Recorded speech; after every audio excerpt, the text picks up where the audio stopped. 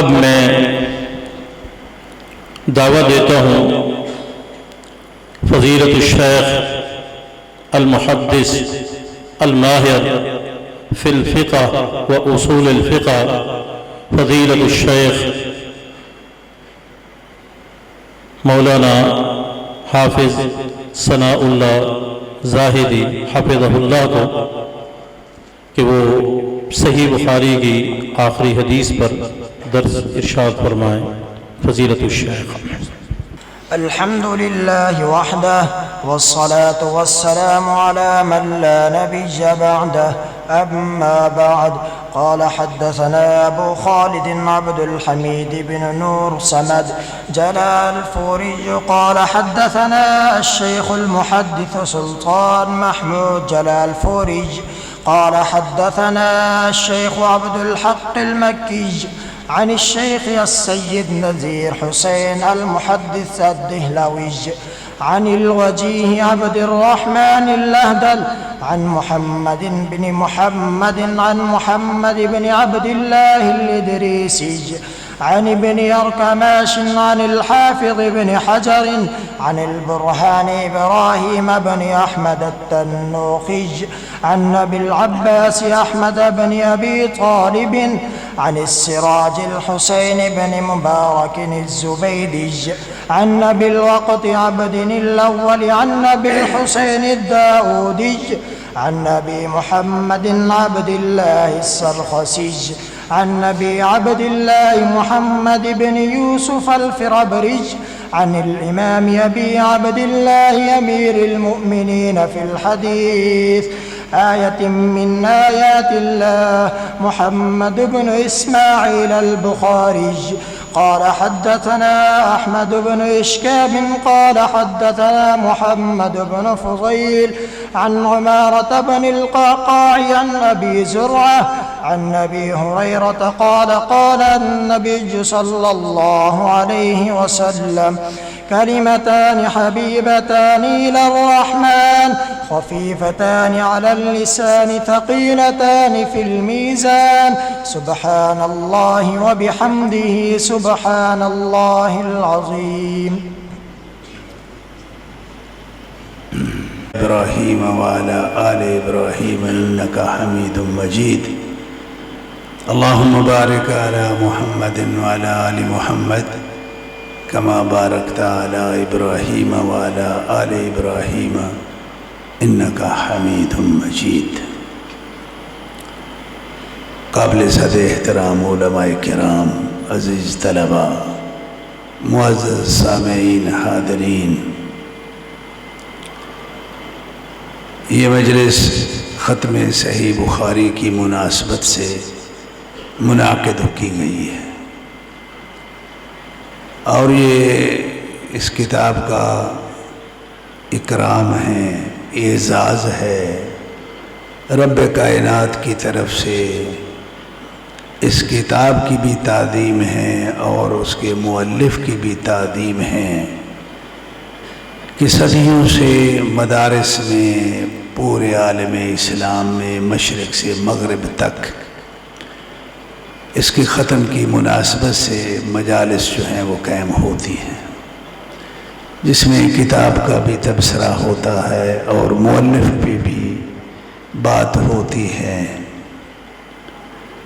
اور اس کے علاوہ دیکھا نہیں گیا، کبھی سنا نہیں ہے کسی مذہب والے نے، کسی جماعت والے نے اپنے مذہب کی کسی نمایاں بڑی کتاب کے ختم پہ انہوں نے تقریب جو ہے وہ کی ہو۔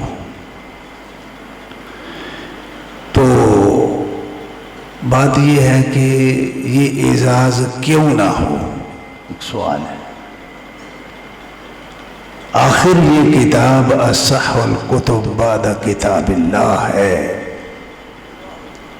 تو اس کا کوئی اعزاز، کوئی تکریم، کوئی نمایاں اس کی جو ہے وہ اس کے ساتھ ایک مسلمانوں کا پیار، محبت، اس کا مظاہرہ ہونا ایک فطری بات ہے۔ تو ایک تو آپ اس کتاب کی جو فضائل ہیں، فضیلت ہے، اس سے مؤلف کے فضائل فضیلت سے آپ جو ہے وہ اس کا مطالعہ جو ہے وہ کرتے رہا کریں۔ دوسری بات جو آپ سب کو سمجھنی چاہیے وہ یہ ہے کہ یہ جو صحیح بخاری ہے یہ صرف صحیح احادیث کا مجموعہ نہیں ہے۔ اس کے بارے میں ہم بہت ہی معمولی سا اور تھوڑا سا جو ہے وہ ایک سوچ اور فکر رکھتے ہیں کہ شاید یہ صحیح حدیثوں کا ایک مجموعہ ہے جو انہوں نے اکٹھا کر دیا ہے۔ نہیں بھائی، یہ کتاب حدیث کی بھی کتاب ہے، فقہ کی بھی کتاب ہے، اصول فقہ کی بھی کتاب ہے، بلکہ انسان اور بشر سے جڑی ہوئی جتنی بھی ابتدا سے لے کے انتہا تک ضروری معاملات، کیس اور قضیے اس سے منسلک ہیں، یہ ان سب سے متعلق جو ہے یہ کتاب ہے، عقیدے کی کتاب ہے اور بڑی عظیم کتاب ہے عقیدے کی۔ آپ اس کا اندازہ اس بات سے لگائیے کہ اس کی جو کتاب الایمان ہے اس کے تقریباً کوئی 44 باب ہیں جو صرف ایک پوائنٹ، ایک نقطے کے گرد گھومتے ہیں، اور وہ یہ ہے کہ کیا ایمان، عمل جو ہے اس کا ایمان کے اندر یہ داخل ہے یا نہیں ہے۔ یہ ایمان اور چیز ہے، عمل اور چیز ہے۔ بادی النظر میں یہ کوئی اتنی بڑی بات ہے نہیں، اور بڑے لوگوں نے اس کو کوئی بڑی بات مانا بھی نہیں، لیکن حقیقت میں یہ بہت بڑی بات ہے۔ جن لوگوں کو پتہ ہے تفقہ فی الدین کی نعمت سے جو مالا مال ہیں، ان کو پتہ ہے کہ یہ بہت بڑی بات ہے۔ عقیدہ طحاویہ میں آپ دیکھ لیں، اس میں جو امام طحاوی رحمۃ اللہ علیہ نے ایمان کی جو تعریف کی ہوئی ہے، اس میں انہوں نے عمل بالجوارح کو ایمان کا حصہ بیان نہیں کیا۔ امام بخاری رحمۃ اللہ علیہ نے ابتدا میں کتاب الایمان میں 44 باب اسی نقطے پہ قائم کیے ہیں کہ عمل جو ہے وہ ایمان کا، وہ ایمان، دیکھو ایمان کی اپنی اپنی اگر تفسیر کرنے لگیں تو جو جی چاہے نکال ڈالو، جو جی چاہے اس کے اندر اپنی طرف سے داخل کر لو، لیکن مسئلہ تو یہ ہے نا کہ جس ایمان کو اللہ ایمان کہتا ہے، جو ایمان محمد الرسول اللہ صلی اللہ علیہ وسلم کے ہاں ایمان ہے، اور جو ایمان بندے کو صحیح سلامت جنت کے دروازے سے اندر داخل کرنے کا باعث ہے، وہ ایمان کیسا ہے؟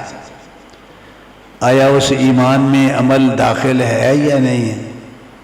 تو جو محدث اور سنی نظریہ، عقیدہ، سنی سوچ فکر، موحدانہ سوچ فکر، تفقہ فی الدین علی اصول الشریعہ کے جو فہم رکھنے والے لوگ ہیں، ان کے نزدیک اگر ایمان سے عمل کو نکال دیا جائے تو یہ بہت بڑی غلطی ہے۔ اب جنت میں کیسے جائیں گے آپ؟ جنت میں کیسے جائیں گے؟ ایمان لے کے اپنے اللہ کے سامنے قیامت کے دن چلے جاؤ، اس میں نماز روزہ یہ وہ ادھر ادھر باقی سب کچھ نکال ڈالو کہ جی یا اللہ میرا تو نظریہ تھا کہ ایمان ایک یقین کا نام ہے، میں نے یقین رکھا کہ تو ہے، بس اتنا میرا یقین تھا، میں کرتا رہا ہوں۔ اللہ تعالیٰ کیا فرمائے گا کہ میں نے تجھے ایمان کی مد میں اس یقین کا پابند کیا تھا، میں نے تجھے۔ اللہ رب العالمین کی شریعت میں محمد الرسول اللہ صلی اللہ علیہ وسلم کے بتائے ہوئے ایمان کی تفاصیل میں بھائی عمل کے بغیر جو ہے نا وہ ایمان نہیں رہتا. تو یہ بہت بڑا فتنہ. میں مثال دے رہا ہوں کہ یہ کتاب جو ہے نا صرف صحیح حدیث کے مجموعہ کا نام نہیں ہے.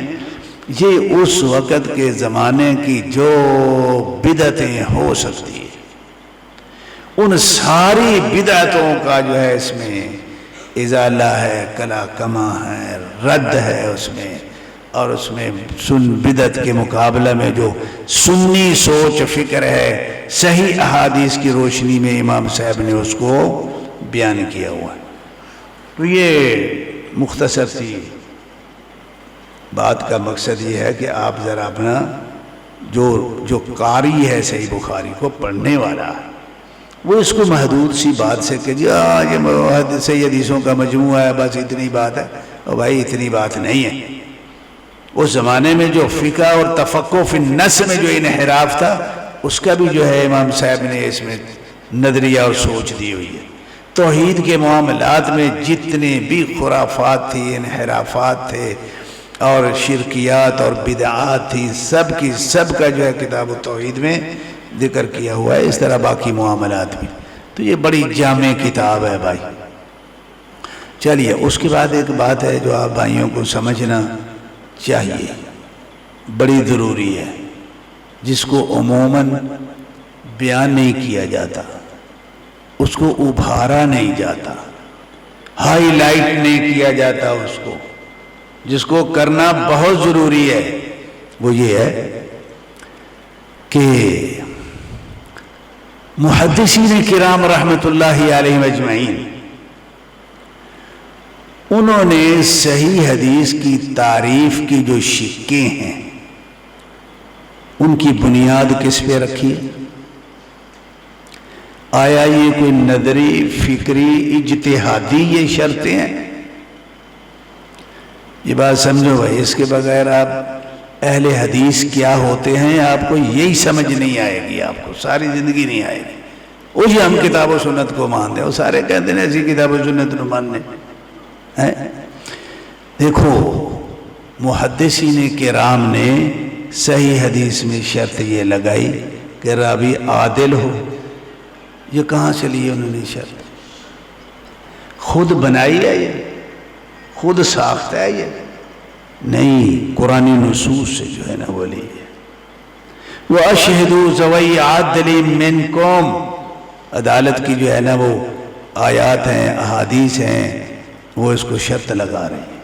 إِن جَاءَكُمْ فَاسِقٌ بِنَبَإٍ فَتَبَيَّنُوا، کوئی فاسق اور فاجر جو ہے وہ خبر دے تو پھر کیا کرنا ہے؟ تبین کرنا ہے، دیکھنا ہے. ایسے ایمان کے آگے نہیں جانا.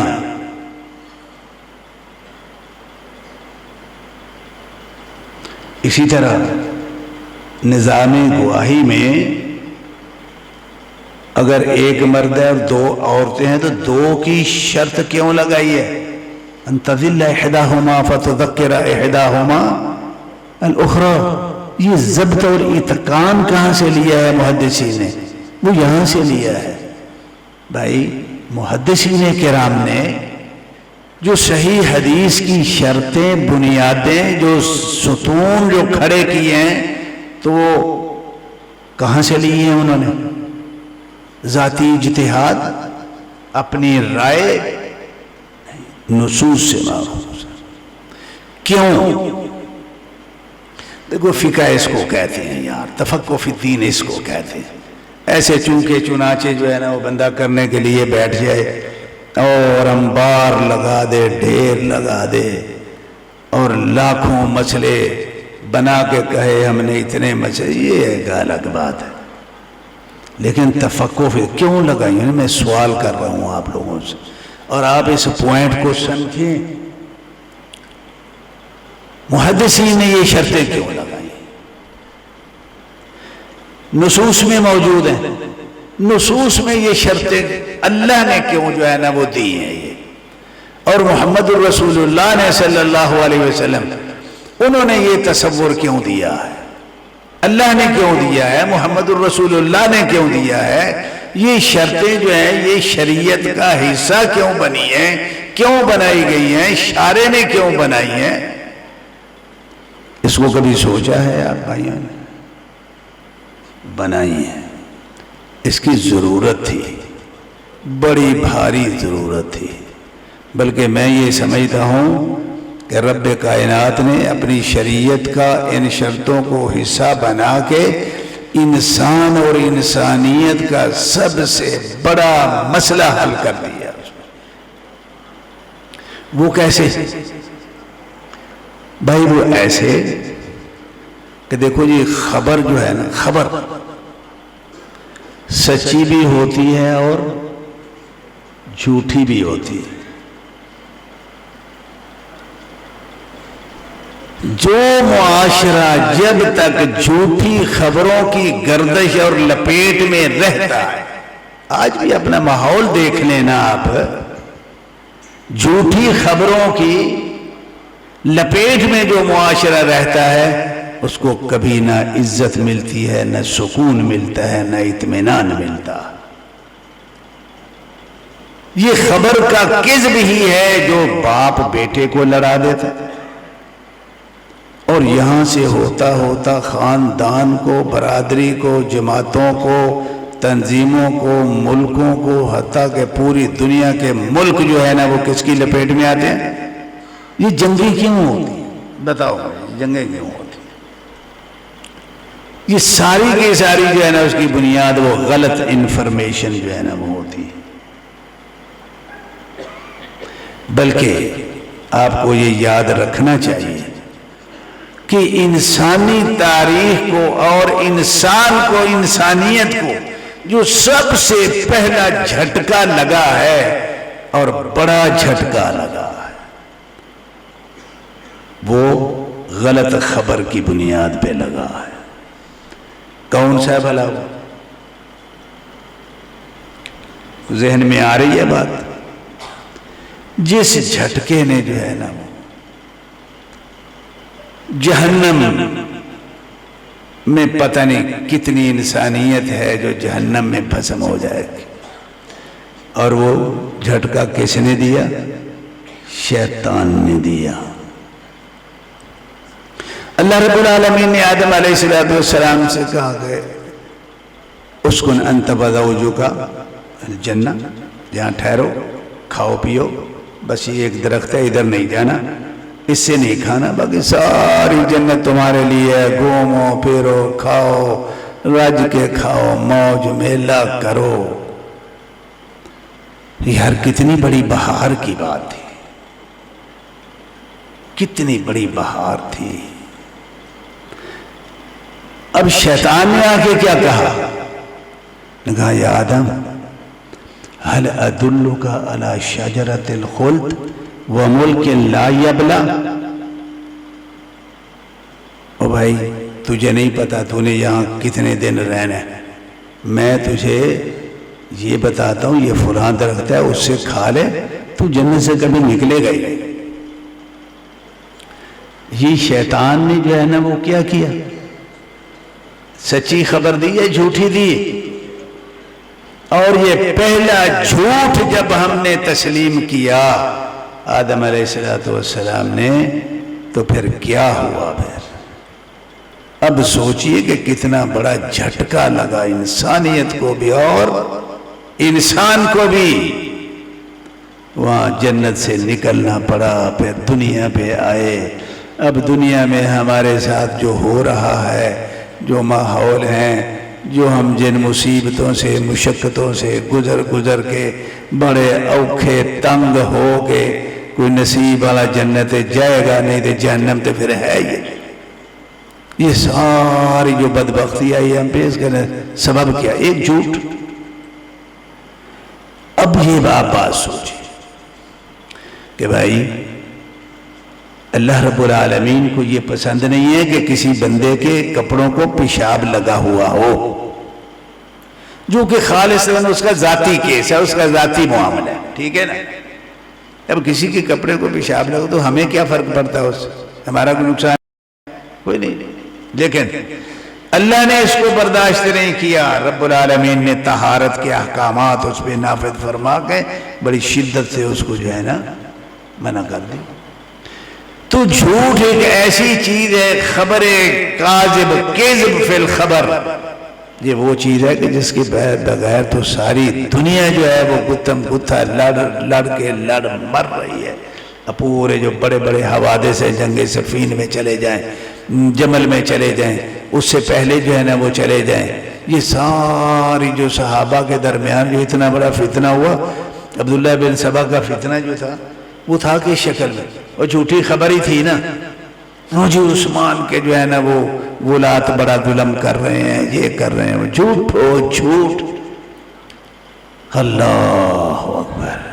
رسول اللہ صلی اللہ علیہ وسلم کے صحابہ جو اس امت کا سب سے پاکیزہ طبقہ ہے، ان کو لڑا کے مار دیا، کس بنیاد پہ؟ جھوٹی خبر پہ۔ تو بھائی جب خبر میں جھوٹ اتنا بڑا شر اور فتنہ ہے کہ اس کی موجودگی میں انسان کو سکون نہیں مل سکتا، انسان کو عزت نہیں مل سکتی، تو پھر اللہ رب العالمین نے جہاں پیشاب کے بارے میں، طہارت کے مسائل میں وضو دھونا شرط کر دیا، تو اس گند کو صاف کرنے کے لیے اللہ تعالیٰ کو جو ہے نا وہ کوئی انتظام نہیں کرنا چاہیے تھا؟ اپنی شریعت میں کرنا چاہیے تھا، کیا ہے اس نے۔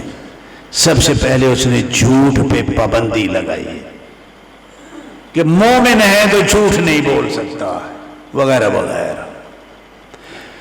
بعض کاموں میں جھوٹ اگر کسی کا ثابت ہو جائے تو پھر اس کو ویسے ہی اعتبار کی دنیا سے نکال دیا کہ اب اس کا اعتبار نہیں کرنا بھائی۔ پھر آپ کو سچ کیسے ملے گا، صحیح کیسے ملے گا؟ اس کے ضابطے پورا ڈھانچہ رب العالمین نے اور محمد الرسول اللہ صلی اللہ علیہ وسلم نے سیٹ کر کے دیا کہ ہاں یہ کرو گے تو اس نتیجے پہ جو خبریں آئیں گی، جو خبریں ملیں گی، جو موصول ہوں گی، وہ کیا ہوں گی؟ وہ صحیح بھی ہوں گی، وہ سچ بھی، اور جو اس معیار پہ پوری نہ اتریں سمجھ لو کہ یہ جھوٹی ہیں۔ اور اس میں اللہ رب العالمین نے جو معیار بنایا وہ کیا تھا؟ وہ اوپر سے الگ سے نافذ نہیں کیا، وہ ہمیں ہی دیا، ہمارے ہی تزکیہ نفس میں کہ آدمی عادل ہونا چاہیے، سچا ہونا چاہیے، اس میں خوارے میں مروت تک جو ہے نا وہ چیزیں نہیں ہونی چاہیے، اس میں کذب اور جھوٹ تو بڑی دور کی بات ہے۔ رب العالمین نے یہ چیزیں فرض کر کے ایک تو انسانی معاشرے کو کیا کیا؟ سچے لوگوں کا معاشرہ بنایا۔ اور یہ آپ یہ یاد رکھیں، یہ علم حدیث، یہ اصول حدیث جو مدون کیا ہے محدثین کرام نے، اس نظام کے تحت بہت تزکیہ نفس ہوا ہے اور بڑی سچائی جو ہے وہ پھیلی ہے۔ کس کا دار و مدار یہ بغیر جھوٹ نہیں بولنا بھائی۔ اگر جھوٹ زندگی میں ایک مرتبہ بھی ثابت ہو گیا تو ساری زندگی میں حدیث رسول کسی کو سنانے کے قابل نہیں رہوں گا۔ جب معاشرے میں یہ اقدار جو ہیں وہ جب پنپتی ہیں اور بڑھتی ہیں تو کیا نتیجہ نکلتا ہے؟ نتیجہ یہ نکلتا ہے کہ انسانیت جو ہے وہ شرافت کے روپ میں بڑی نکھر کے جو ہے وہ معاشرے میں پھیلتی ہے۔ اور یہ کردار جتنا علم حدیث نے جو ہے نا وہ دیا ہے، انسانی تاریخ میں کوئی چیز ایسی نہیں ہے کہ جیسے آپ جو ہے نا وہ انسانی تربیت اور اس چیز کا جو ہے نا آپ اس کو ثابت کر سکیں۔ سمجھ آگئی میرے بھائی؟ اب مسئلہ یہ ہے اگلی بات کہ ہمیں عام معاملات میں بھی، یہ صرف حدیث کا معاملہ نہیں ہے، عام معاملات میں بھی آج بھی جاہل معاشروں میں بھی، کافر معاشروں میں بھی، وہ ہندوؤں کے ہاں بھی کس چیز کا اعتبار ہوتا ہے کہ جو اپنی برادری کا، گاؤں کا، یہ وہ جو اچھا، یعنی وہ بندہ کہ جو اچھا اخلاق ہے، لم نجرب علیہ کذبا، اس کی بات کو جو ہے نا وہ ترجیح ہوتی ہے۔ ہمارے معاشرے میں بھی یہی ہوتی ہے۔ یہ فطرت کے اصول ہیں، یہ شریعت کے اصول ہیں، یہ عقل کے اصول ہیں۔ دنیا کا کوئی نظام ایسا نہیں ہے اس کے مقابلے میں جو شرع کے تقاضے پورے کرے، فطرت کے تقاضے پورے، عقل کے تقاضے پورے کرے۔ تو اس لیے بھائی اس علم کو آپ اس نظر سے دیکھیں، اس اہمیت میں جا کے جو ہے نا وہ دیکھیں، اور پھر سوچیں کہ محدثین کرام رحمت اللہ علیہ مجمعین کا جو کردار ہے معاشرہ میں، وہ کتنا بڑا کردار ہے، کتنا بڑا کردار ہے۔ صحیح بخاری ہے، اب اس میں امام بخاری رحمت اللہ علیہ نے ضعیف روایتیں لائی ہیں، وہ جھوٹی لائی ہیں، موضوع روایتیں ہیں اس میں، کیوں نہیں؟ ہدایے میں ہیں، بڑی فقہ کی کتابیں ہیں جو موضوعات سے بھری پڑی ہیں، جو ضعیف اور واہی روایات سے بھری پڑی ہیں۔ اگر آپ تفقہ فی الدین من یرید اللہ بہ خیرا یفقہہ فی الدین، یہ تفقہ فی الدین حقیقی ہوتا کیا ہے؟ اگر اس کی شکل آپ دیکھ لیں نا تو آپ کے بڑے بڑے لوگوں کی شکلیں سمجھ آ جائیں کہ یار ان کی فقہ کا معیار ہی کوئی نہیں۔ اللہ اکبر، یہ اس فن کے موجد ہیں، مدون ہیں، مستنبط ہیں، انہوں نے تفقہ کیا ہے، کہاں سے؟ نص سے کیا ہے۔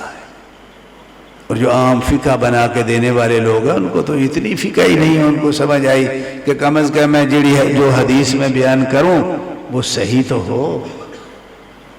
مجھے یہ بتائیے، اگر یہ پوری ہسٹری کا، پوری اہمیت کا انہوں نے کبھی مطالعہ کیا ہوا ہو تو وہ ایسے کریں گے؟ نہیں کر سکتے۔ آپ کریں گے؟ نہیں کر سکتے۔ تو چلیے، لیکن اس کے مقابلہ میں ایک اور علم متعارف کرایا گیا، ایک یہ محدثین کا ہے ان شروط کے تحت، لیکن اس کے مقابلہ میں بھی ایک منہج بیان کیا گیا، اس کی وضاحت سن لو، یہ بہت ضروری ہے۔ وہ کیا ہے؟ وہ یہ کہ ایک اور لایا ایک نظام متبادل کہ جی صدق اور سچ کے لیے ہمارے پاس بھی ایک معیار ہے۔ وہ کیا معیار ہے بھائی؟ نے کہا جی معیار یہ ہے کہ بس خبر متواتر ہو جائے تو وہ کیا ہو جاتی ہے؟ سچی ہو جاتی ہے، اور یقیناً سچی ہو جاتی ہے۔ یہ دونوں چیزوں کو نفی کر دیا ان لوگوں نے، ہوتی بھی سچ ہے اور ہوتی بھی یقیناً سچ۔ اچھا، اور جو متواتر نہیں ہے وہ خبر واحد ہے، جو اگر سچ ہوگی، خدا نہ خواستہ اگر وہ سچ ہو جائے تو یقینی نہیں، ظنی ہے۔ یہ متبادل جو ہے نا وہ متعارف کرایا گیا۔ آج بھی ہماری کتابوں میں بھی یہ یعنی ایک ایسی چیز ہے کہ جو کتابوں میں سرایت کر گئی، پتہ نہیں کیوں کر گئی، میری تو سمجھ سے باہر ہے چیز۔ تو بھائی پہلا سوال میرا یہ ہے کہ کیا یہ تواتر اور احاد کا نظریہ جو ہے یہ ربانی ہے؟ اس کا احادیث میں کوئی تذکرہ ہے؟ صدق اور سچ اور صحت کے معیار کے لیے شریعت نے ہمیں جو ہے وہ مخبر کا عادل ہونا، ضابط ہونا، متقی ہونا، یہ تو معیار دیا ہے، لیکن کسی بھی خبر کے سچ اور صدق کے لیے یہ تواتر کی بنیاد شریعت نے ہمیں مہر لگا کے دی ہے؟ کوئی نہیں دی، نہیں دی بھائی، بالکل نہیں دی۔ پھر علمیہ والی بات ہے یار، دکھ والی بات ہے، واللہ مجھے بڑی تکلیف ہوتی۔ میں تو طالب علم، جو چیز جو ہے نا وہ طالب علم کا کام کیا ہے؟ طالب علم کا کام یہی ہے کہ جو اس کو سمجھ نہیں آ رہی، جو کسی نے غلط طور پہ متعارف کرا دی، وہ پوچھتا ہے کہ استاد جی نہیں سمجھ آ رہی، سمجھاؤ۔ طالب علم اساتذہ سے پوچھتے ہیں یا نہیں پوچھتے؟ میں تنقید نہیں کر رہا، میں پوچھ رہا ہوں، پوری تاریخ سے پوچھ رہا ہوں، ہر اس عالم فقیہ محدث سے پوچھ رہا ہوں جس نے اس کو کچھ جو ہے نا وہ ویلیو دی ہے، کچھ نہ کچھ اہمیت دی، میں ان سے پوچھ رہا ہوں۔ پوچھنا یہ ہے کہ دیکھو جب ہم کہتے ہیں کہ یہ حدیث صحیح ہے تو اس کی کچھ تعریف ہے یا نہیں؟ تعریف کی شقیں اجزاء ہیں یا نہیں ہیں؟ اس کی شرطیں متعین ہیں یا نہیں ہیں؟ متواتر کی کیا؟ وہ جی اس کو اتنے بندے روایت کرتے ہوں جن کا جھوٹ پہ متفق ہونا محال ہو۔ اچھا چلو ہو گئے، وہ کتنے ہوتے ہیں؟ تو آپ نے تواتر کو جب ایک عدد کے ساتھ ہی منسلک کر دیا، تو جب تک آپ عدد کو متعین نہیں کرتے ہیں، اب خبر واحد کو متعین کیسے کریں گے؟ عدد کا تعین آج تک نہیں ہو سکا کہ ہاں جی 1000 500 10,000 20,000 بندہ جیسا بھی. پھر یہ شرط لگاتے ہیں کہ جو اس میں اسلام کی شرط نہیں ہے، اس میں جو ہے نا وہ عدالت کی شرط نہیں ہے، اس میں تقوی کی شرط نہیں ہے، وہ جیسے بھی ہوں، فاسق فاجر آوارہ یہ وہ کچھ بھی ہوں، بس وہ ان کی خبر یقینی ہو جاتی ہے. کیا بات ہے بھائی یار، یہ علم ہے، کوئی علم کی بات کرو. محدثین نے جو ہے نا وہ علم کی بات علم سے کی ہے، سمجھ آنے والی بات ہے، قابل عمل ہے، قابل قبول ہے، قابل تطبیق ہے. آپ جو کچھ اس کا متبادل دے رہے ہیں وہ تو ابھی تک آپ اس کو سلجھا ہی نہیں سکے. کسی نے کہا جی 10 بندے ہو جائیں، دوسرے نے کہا نہیں یار یہ معیار غلط ہے. عقل نہیں مانتی کہ جب بھی جیسے بھی جیسی بھی 10 بندے خبر دے دیں وہ سچی بھی ہوگی اور یقینی بھی ہوگی. آپ کی عقل مانتی؟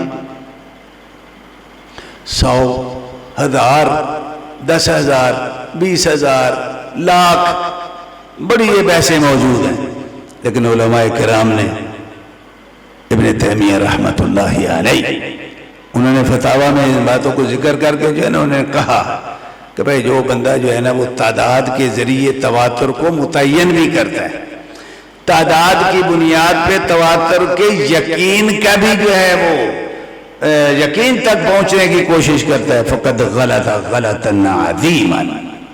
یہ نہیں ہو سکتا. عقل آج تک ان کو عقل نے جو ہے نا وہ پکڑا ہی نہیں دیا. پکڑتے رہے ہیں عقل کو کہ عقل کہیں جو ہے نا وہ گواہی دے دے، لیکن ایک نے کہا جی اتنا دوسروں کی عقل جو ہے نا وہ بدک کے ادھر کو کہا نہیں ایسے نہیں ہو سکتا. وہ نہیں ہو سکتا. تو جب تک اب یہ متواتر کو سلجھا نہیں لیتے ہیں تب تک اس کا نام کیوں لیتے ہیں؟ اب یہ میرا سوال ہے. نام بھی لیتے ہیں اور بڑے بھاری اس کے ساتھ احکامات بھی منسلک کرتے ہیں. کیا جواب ہے شرعی طور پہ عقلی طور پہ کہ آپ ایک مصطلح کو سلجھا تو سکے نہیں، اور اس کے ساتھ اتنے بڑے اور پھر سیدھا احادیث رسول پہ جو ہے نا وہ نقد کیا جاتا. او جی یہ خبر واحد ہے، جی یہ خبر واحد ہے نا جی، یہ ظنی ہوتی ہے بس ایسے. یار بڑے افسوس کی بات ہے، بڑے دکھ کی بات ہے. ایسی عقل پہ رونا آتا ہے کہ تواتر تو اسے سلجھا نہیں، اور اس کے بعد خبر بھائی وہ سلجھے گا تو خبر واحد بنے گی نا.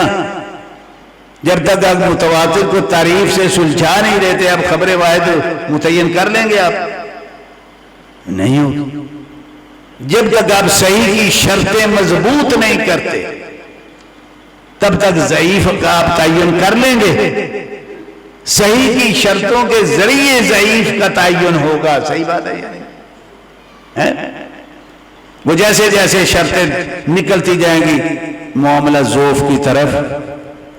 اب تواتر کا پتہ نہیں، سمجھو نا. بڑی کتابیں میں نے ان کی پڑھی، آپ بھی پڑھ لیں جا کے. آپ پڑھتے کو نہیں ہے مجھے پتہ ہے.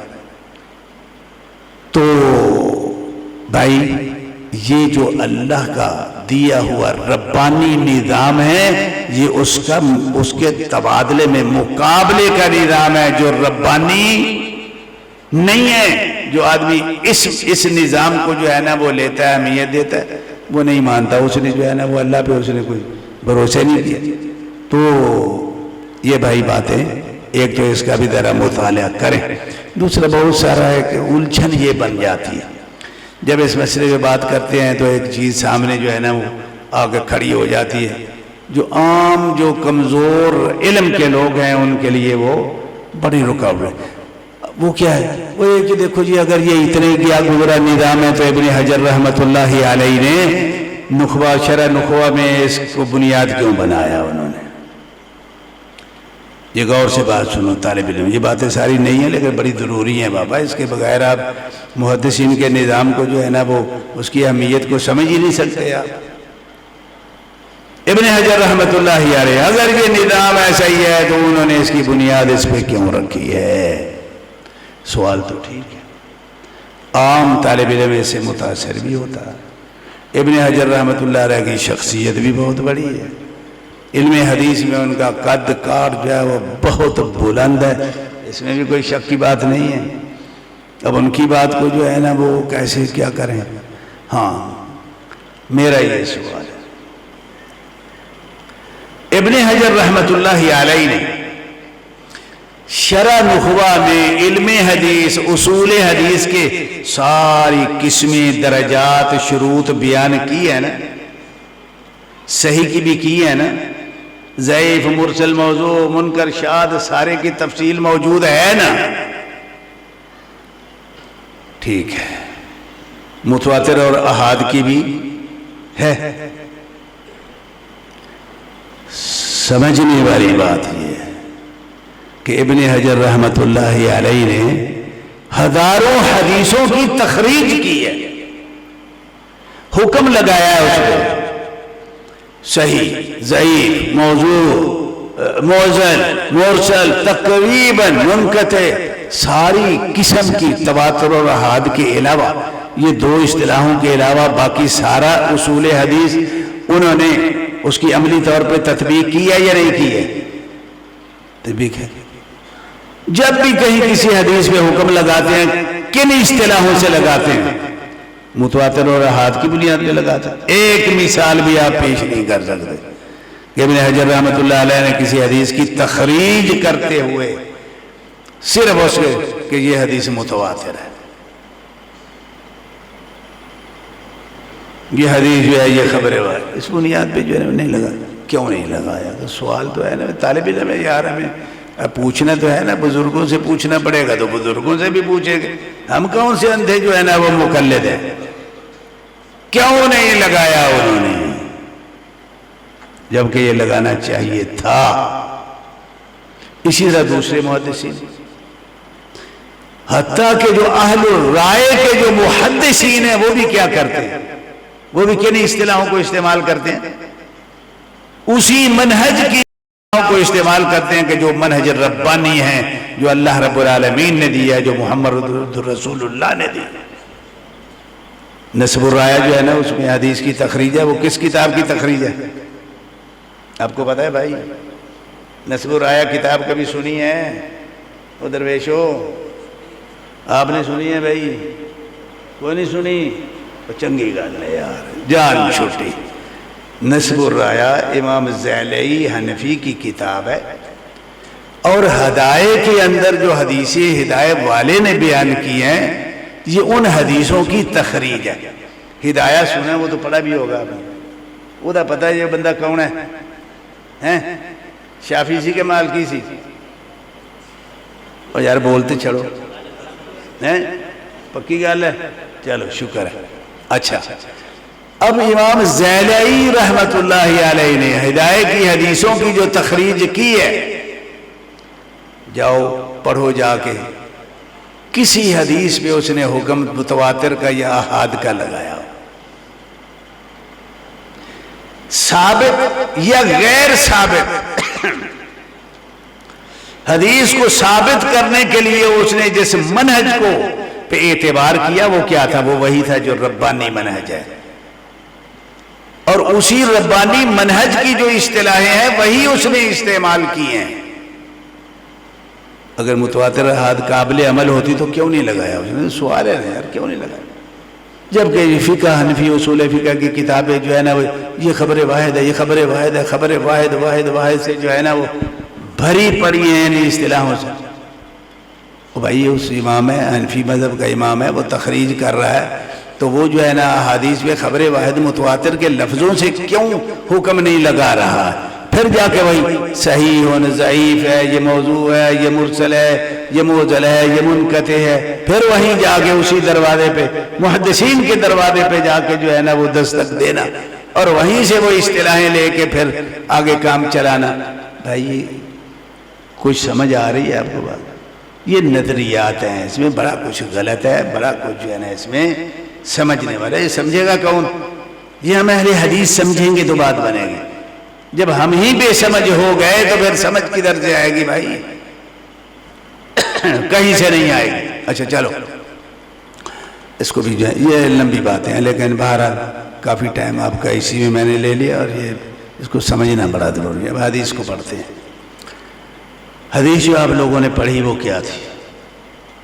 حدیث یہ تھی، امام بخاری رحمۃ اللہ علیہ، یہ صحیح بخاری پڑھنے والوں کے لیے یہ خصوصی تنبیہ ہے کہ اب شروع سے لے کے آخر کتاب تک امام بخاری رحمۃ اللہ علیہ مرفوع حدیث کے ساتھ ساتھ آیات سے بھی استدلال کرتے ہیں، آیتیں بھی ذکر کرتے ہیں۔ کیوں کرتے ہیں؟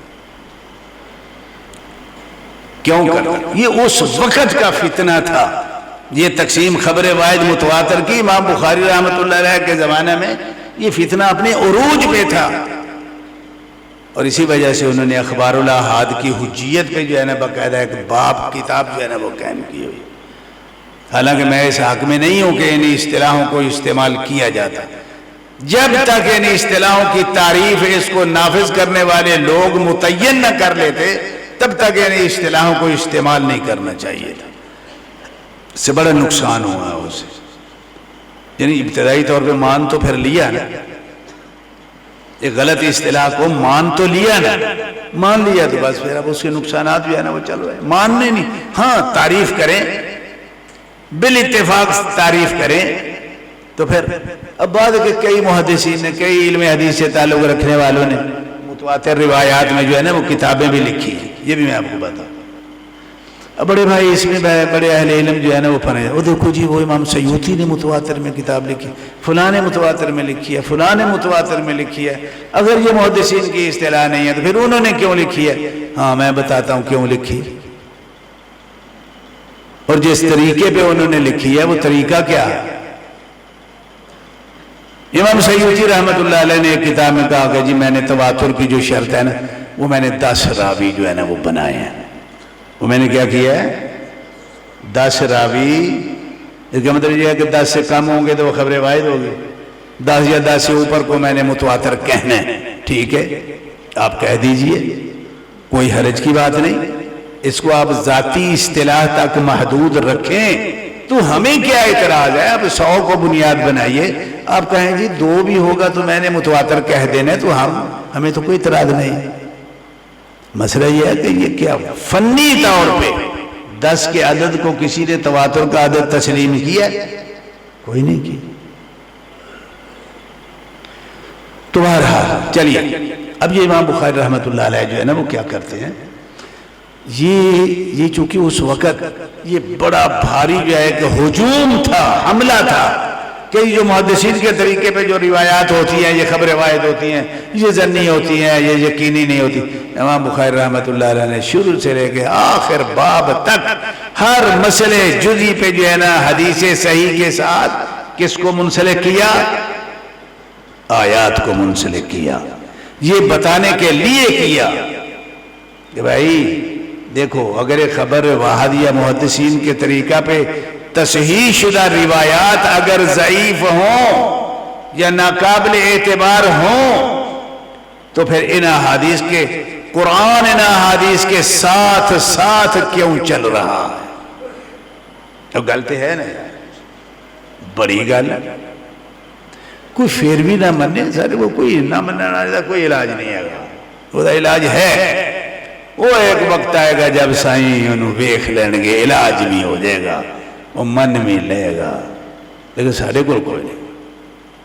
یہ امام بخاری رحمۃ اللہ علیہ کا منہج ہے، لہذا جتنی بھی صحیح بخاری آپ نے پڑھی ہے آپ نے دیکھا ہوگا کہ وہ اکثریت ابواب کی جو ہے اس میں جو ہے نا وہ احادیث کے ساتھ آیات کا جو ہے نا وہ ذکر ہے۔ اب یہاں جو باب ہے وہ یہ ہے، حدیث کی مناسبت سے حدیث جو آگے آئی ہے اس میں 3 چیزیں آئی ہیں بھائی۔ ایک یہ ہے کہ یہ 2 کلمے ہیں جو اللہ کو بڑے پیارے ہیں اور وزن میں ان کا بڑا بھار ہے، وزن ہے، ثقیلتان فی المیزان، اچھا خفیفتان علی اللسان۔ یہاں 2 شکیں جو ہیں نا یہ اس میں ایک تنازع ہے، ایک بہت بڑا، اب میں جب تک اس تنازع کی تفصیل میں نہ جاؤں آپ سمجھ نہیں پائیں گے، جبکہ آپ کا سمجھنا بڑا ضروری ہے۔ نہ سمجھیں گے تو میرے درس دینے کا فائدہ نہیں ہے اور آپ کے سننے کا فائدہ نہیں ہے۔ دیکھو بھائی، میں تھوڑی سی ہسٹری جو ہے نا 5-10 منٹ میں وہ میں سمجھاؤں، پھر آپ سمجھیں گے کہ یہ مسئلہ کیا ہے۔ مسئلہ یہ ہے کہ اسلام میں بہت شروع میں ہی یہودیوں نے تخریب کاری کا جو ہے نا وہ کام شروع کر دیا تھا، اور یہودی اپنا دین بھی عیسائیوں کا دین خراب کرنے میں بھی ان کی ایک ہسٹری موجود ہے۔ یہ عبداللہ ابن سبا کون تھا؟ اس نے سب سے پہلے، میں اختصار سے تسلسل چلاتے ہیں تاکہ بات سمجھ میں آ جائے کہ بات جاتی کہاں۔ عبداللہ ابن سبا نے سب سے پہلے جو ہے نا وہ مسئلہ مشکوک کیا کس کا؟ اللہ پہ ایمان کا، الوہیت علی کا اظہار کر کے، اللہ کے مقابلہ میں علی کا تصور، تاکہ اللہ پہ جو ایمان ہے وہ برباد ہو جائے۔ اور یہ شیطان پوری سپورٹ کرتا ہے۔ یہ جو بنیادی اصول اور چیزیں ہوتی ہیں نا، اب اس میں جب انحراف اور تذبذب آ جائے، تردد آ جائے، شک پیدا ہو جائے تو سارے شاید شک میں چلے گئے۔ اچھا، اس کے بعد انہی کا ہی یہ نظریہ ہے کہ جی وہ جو نبوت آئی تھی نا، جبرائیل جو لے کے آئے تھے تو اللہ نے دی تھی کس کو دینے کے لیے؟ شیعہ کا کیا عقیدہ ہے؟ سبائیوں کا کیا عقیدہ ہے کہ اللہ نے بھیجا تھا اس کو نبوت دے کے کس کو دینے کے لیے؟ علی کو دینے کے لیے، اور وہ محمد کو دے کے چلا گیا۔ اچھا، اب محمد صلی اللہ علیہ وسلم کی نبوت بھی جو ہے نا اس کو بھی کھسکا دیا، شک میں ڈالا ہے۔ اچھا، یہ تسلسل ہے۔ اس کے بعد ایمان کے بارے میں کہ جی ایمان جو ہے نا اس میں کیا عمل شامل ہیں یا نہیں ہے، یہ وہاں سے چلے ہوئے ہیں، یہ سارے عقائد وہاں سے چلے ہوئے ہیں۔ قرآن کے بارے میں رہ تو یہی گیا تھا نا، جب اللہ کا تصور بھی خراب ہو گیا، اللہ کی جگہ پہ علی آ گیا، محمد رسول اللہ کی رسالت بھی ادھر ادھر ڈاماڈول ہو گئی، مشکوک ہو گئی۔ اب اس کے بعد ایمان سے عمل جو ہے نا وہ غیب جو ہے وہ کیا کیے، اس کو جو ہے نا وہ کر دیا گیا۔ اس کے بعد کیا بچا؟ قرآن بچا۔ جی قرآن بچا۔ اب قرآن کے بارے میں یہ فطرہ کہ وہ دیکھو جی یہ اللہ کا کلام نہیں ہے، یہ اللہ کا کلام نہیں ہے، اللہ کلام نہیں کرتا، اللہ بولتا نہیں ہے، تو پھر کس کا کلام ہے؟ جی یہ اللہ نے قرآن کو پیدا کیا اور وہ پھر جبرائیل کو دیا پیدا کر کے، یہ مخلوق بنا دیا نا۔ اب اسی سے آگے جو ہے نا مختصر یہ ہے کہ وہ فتنہ خلق قرآن جو ہے وہ سٹوری اور داستان اپنی انتہا کو پہنچی، اور امام احمد بن حنبل رحمۃ اللہ علیہ اور دوسرے جو محدثین ہیں انہوں نے اس کا جو مقابلہ کیا، وہ ایک تاریخ ہے اپنی جگہ پہ۔ سمجھ آگئی بات کی؟ یہ اتنی بات سمجھ میں آئی؟ یہ کہاں سے چلا بھائی؟ یہ عبداللہ بن سبا سے پہلا۔ اس سے پہلے وہ جو یہودی تھا، کون؟ جس نے رسول اللہ صلی اللہ علیہ وسلم کو جادو کیا تھا، یہ خلق قرآن کا عقیدہ وہاں سے، وہ خلق تورات کا قائل تھا، یہ وہاں سے سارے آئے۔ ابن کثیر رحمۃ اللہ علیہ نے اور دوسروں نے تاریخ میں پورا جو ہے نا بیان کیا ہے اس کو۔ آگے مسئلہ آ گیا، سب سے بڑا مسئلہ تو اللہ کا ہے نا۔ چلو اب اللہ کے بارے میں یہ مسئلہ آ گیا کہ جی اللہ کی صفتیں نہیں، اللہ کی کوئی صفت نہیں جس کو جو ہے نا وہ صفات میں تعطیل یا صفات کا انکار یا تعویل کہتے ہیں۔ مقصد کیا تھا؟ مقصد یہ بھائی یہ فلسفے ہیں، وہ اہل حدیث ہو، یہ بڑی جو غیر اہل حدیث ہے اس کی سازشیں علمی سمجھو۔ یہ اس کا انکار کیوں کیا؟ جی اللہ کی صفت کوئی نہیں، کیا ضرورت تھی؟ ایک طرف اللہ کی صفت کوئی نہیں ہے، دوسری طرف علی کی صفتوں کے انبار لگائے ہوئے ہیں۔ سمجھ آئی بات آپ کو؟ اور بھائی کیا کیا کرنے والوں نے علی کی اللہ کی صفات کا اور علی کی صفات کے کیوں کہ جب تک اللہ کی صفات کا انکار نہیں ہو پاتا علی کو کون مانے گا؟ اللہ علی کو منوانے کے لیے اللہ کی صفات کا انکار کرنا یہ فلسفے ہیں. یہ بیٹھ کے جو پلاننگ کرنے والے جو لوگ ہیں نا وہ اس طرح کی پلاننگ سوچتے ہیں. چلو یہ تھوڑی سی ہسٹری سمجھ میں آ گئی. وہیں سے پھر آگے یہ بات پہنچی جہم بن صفوان تک اور پھر معتدلیوں تک. یہ جہمی اور معتدلی یہ کیا چیز ہے یہ؟ اچھا وہ پھر ان کے یہ عقائد. اب یہاں جو مسئلہ ہے جو حدیث کے ساتھ مسئلہ ہے یہ انہی لوگوں کے دو مسئلے منسلک ہیں. ایک مسئلہ یہ منسلک ہے کہ حبیبتان الی الرحمن. انہوں نے کہا یار یہ اللہ جو ہے نا وہ محبت نہیں کرتا. سنو او بھائیو آج کل جو فتنے ہیں عقیدے کے یہ تو فتنے ہی نہیں ہیں یار. یہ اس وقت کے فتنے اتنے گہرے گھمبیر دقیق پیچیدہ اور علماء محدثین نے اس کے جو جوابات دیے اللہ اکبر اللہ کی توفیق سے. اب ان کا عقیدہ کیا تھا؟ انہوں نے کہا دیکھو جی بات ایسے ہے کہ اللہ پیار نہیں کرتا اللہ محبت نہیں کرتا. ہاں بھائی کی ہوا ہے تینوں بھائی؟ انہوں نے کہا جی ہوا یہ ہے کہ دیکھو پیار کرنا یا کسی سے محبت کرنا نا یہ کمزوری ہوتی ہے. اب ہم بھی دیکھیں کہ دیکھو جو محب ہے محبوب کے پیچھے پیچھے پھرتا ہے, عاشق معشوق کے پیچھے پیچھے جو ہے نا وہ ذلیل و خوار ہوتا پھرتا ہے, وہ لفٹ کرائے نہ کرائے ہیں تو حتیٰ کہ وہ عاشق جو ہے وہ مجنون بن جاتا ہے. اللہ تو یہ بھائی یہ اللہ کے حق میں تو یہ بات ہے. اچھا عام آدمی کو جو ہے نا یہ بات دماغ کو لگتی بھی ہے, آپ کے دماغ کو بھی ضرور لگی ہوگی, لیکن یہ باتیں کرتا کون ہے؟ یہ کرتا وہ ہے جس نے پورا منہج جو ہے وہ قرآن سے نہیں لیا ہوا. قرآن میں جب اللہ رب العالمین نے فرما دیا لیس کمثلہ شیء وہو السمیع البصیر لا تضربوا للہ الامثال, جب اللہ نے اپنے بارے میں پابندی لگا دی کہ آپ مجھے اگر سمجھنا چاہیں تو مثال سے سمجھنا چاہیں تو یہ مثالیں آپ کی ساری غلط ہیں. کوئی چیز ایسی نہیں ہے جس کو تمہاری آنکھیں دیکھتی ہیں اور وہ میری مثل ہو. بات ختم ہو گئی. اب جس کو یہ نہیں پتا, جس نے اپنے عقیدے کی بنیاد یہاں پہ نہیں رکھی ہے, وہ ہر صفت میں جو ہے نا وہ کیا کرے گا ان کا جی اس سے یہ لازم آتا ہے, جی اللہ تعالیٰ سنتا نہیں ہے. کیوں بھائی؟ وہ جی دیکھتا بھی نہیں ہے. اچھا کیوں ہے؟ وہ ہے کہ جی دیکھنے کے لیے آنکھیں چاہیے, سننے کے لیے. او پاگلا تو پھر اللہ نو اپنے تھان سے قیاس کر لے کہ جی میرے کان نہ ہوں تو میں نہیں سن سکتا. دے اللہ دے نو اسی طرح نہیں سمجھ لیا تھے. اللہ نے آخیا لا تضربوا للہ الامثال, تو پھر اسے گمراہی اور جہالت ہے جلنا تو پہ ہے. اللہ اکبر. تو یہ انہوں نے کیا کیا؟ انہوں نے کہا کہ جی یہ تو نہیں ہو سکتا, یہ یعنی انکار صفات کا انکار.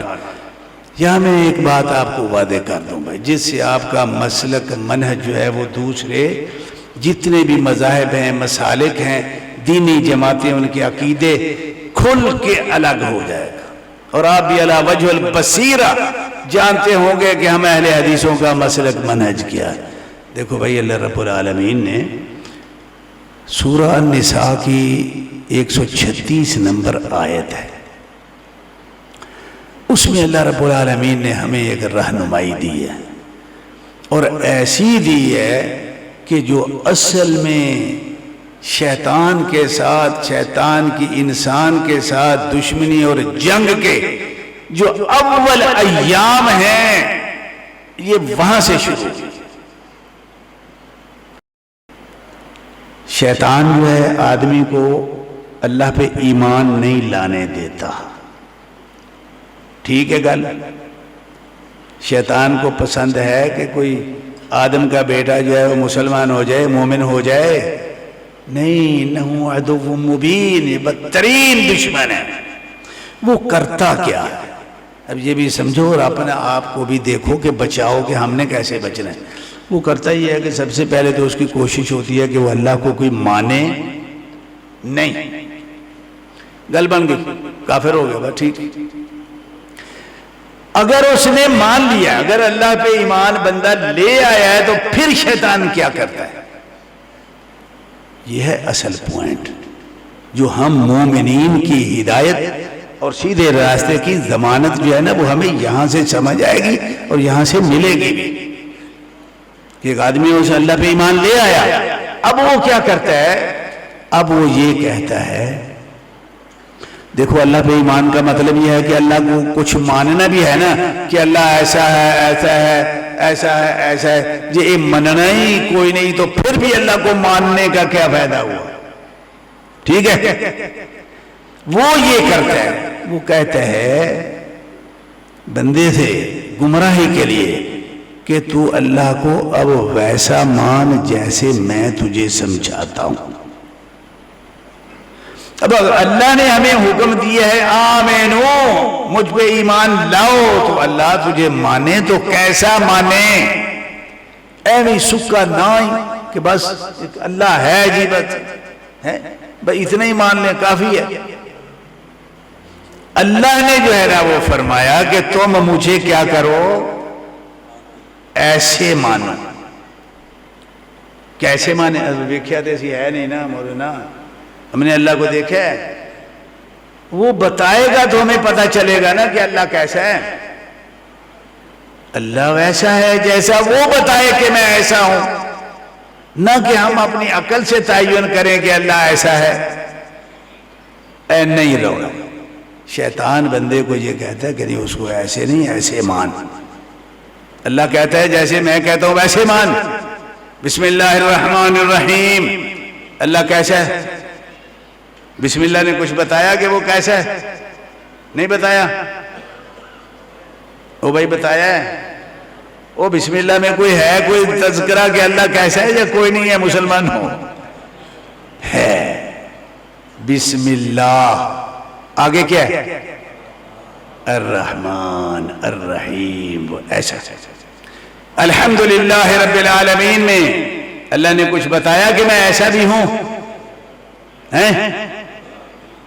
دو صفتیں بیان کی، ایک یہ کہ میں ایسا ہوں کہ تعریفیں کے لائق میں ہوں، تم نہیں ہو، اور دوسرا میں ایسا ہوں کہ میں پوری کائنات کا رزق، اس کا حساب کتاب، پیدا کرنا مارنا، ہر معاملہ جو ہے نا اس کا، وہ میرے کنٹرول میں ہے. اللہ ایسا ہے. الرحمن الرحیم میں پھر بتا دیا کیسا ہے. مالک یوم الدین میں بتایا کہ اللہ کیسا ہے. ایاک نعبد و ایاک نستعین میں بھی اللہ نے بتایا کہ میں کیسا ہوں. سارا قرآن والناس تک، قل اعوذ برب الناس ملک الناس الہ الناس من شر الوسواس الخناس، آخر تک جو ہے نا وہ اللہ کیسا ہے کا تذکرہ چل رہا ہے. سمجھا گی بات کی؟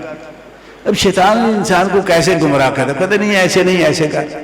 اب اللہ نے فرما دیا، کیا فرمایا؟ محمد الرسول اللہ نے فرما دیا، اللہ نے خود فرما دیا کہ میں پیار محبت کرتا ہوں. قل ان کنتم تحبون اللہ فاتبعونی یحببکم اللہ. اللہ نے بھی کہہ دیا کہ میں پیار کرتا ہوں. محمد الرسول اللہ نے بھی فرما دیا کہ اللہ پیار محبت کرتا ہے. ٹھیک ہے. اب کو کہے نہیں جی یہ نہیں، وہ محبت کا مطلب یہ ہے کہ وہ اجر و ثواب دیتا ہے. محبت کا معنی یہ ہے کہ وہ اجر و ثواب دیتا ہے. وہ یا تینوں کی یہ بات آ رہی ہے، کیوں اس طرح کے انکار ہیں؟ ہمیں تو مومن کو تو اللہ ہی وہ چاہیے کہ جو پیار محبت کرتا. اللہم انی اسألوک حبک. محمد الرسول اللہ صلی اللہ علیہ وسلم تو اللہ کی محبت مانگا کرتے تھے. اللہم انی اسألوک حبک.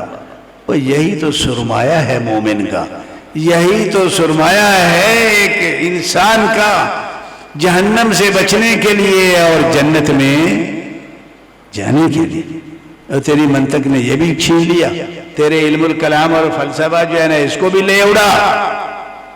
اللہ اٹھاؤ اپنی منطق اور فلسفہ، نکل جاؤ دل والوں کی دنیا سے.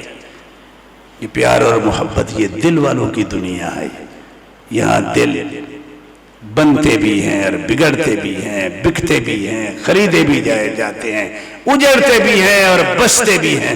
تیری منطق فلسفے تعلق ہی ہے یار. اتنا گمراہ کیا ہے نا علوم نے مسلمانوں کو، تباہی پھیر کے رکھ دیا. عقیدے میں اللہ بھی چھین لیا یار. یا حول ولا قوت الا باللہ. چلو تو بھائی یہ ایک قضیہ اس کے ساتھ جو ہے نا وہ تعلق رکھتا ہے. آگے مسئلہ آ جاتا ہے ثقیلتان فی المیزان. اب یہاں پھر وہی رفت، جی دیکھو جی عقل، ذرا عقل سے مناؤ نا ہمیں، عقل سے بتاؤ کہ یہ اعمال کا وزن کیسے ہوگا. عقل نہیں مانتی ہے. تو کسی نے کہا یار پھر انج ہوئے گا کہ اللہ ان اعمال نو کچھ جانوراں دی شکل چ پیدا کرے گا، پھر وہ جانور جڑے نا وہ پین گے ترازوے چ تے پھر وزن ہوئے گا. اچھا ٹھیک ہے بھائی، تو لا حساب کتاب. مومن آدمی کیا کہتے ہیں یار؟ اوے لوگو، او میرے بھائیو، خدا کی قسم کھرے ایمان سے بڑھ کے اس دنیا میں سعادت کا سبب کوئی اور ہو ہی نہیں سکتا. اور یہی وہ سعادت ہے جو اخروی سعادت کی بنیاد ہے. یہ اب ان سے آدمی پوچھے یہ منطقیوں فلسفیوں سے کہ بھائی یہ اعمال کا وزن تم نے کرنا ہے، اگر تو تم نے کرنا ہے تو یہ نہیں ہوتا، اور اگر رب العالمین نے کرنا ہے تو پھر ان اللہ علی کل شیء قدیر. سیدھی سی بات ہے، آپ پہ کر لے گا. تو دسے تھے تکے نال جتھے کوئی موقع محل نہیں، ہر اوتھے لیا کے تو اپنی منطق فلسفہ دے علم الکلام نو او دے وچ جڑے نال تو مکس کر دینا، تینوں پوچھن والا کوئی نہیں. او میاں بڑے علمی ہیں، آپ کو کیا پتہ ہے کہ جتنی لمبی جو ہے وہ یہ 14 صدیوں کی تاریخ جو ہم گزر کے آج تک یہاں پہنچے ہیں، کن مشکلات میں، کن مشاکل میں، کن مصائب میں ان لوگوں نے نہیں ڈالا. آپ کو کیا پتہ؟ آپ ہسٹری پڑھیں، تاریخ پڑھیں.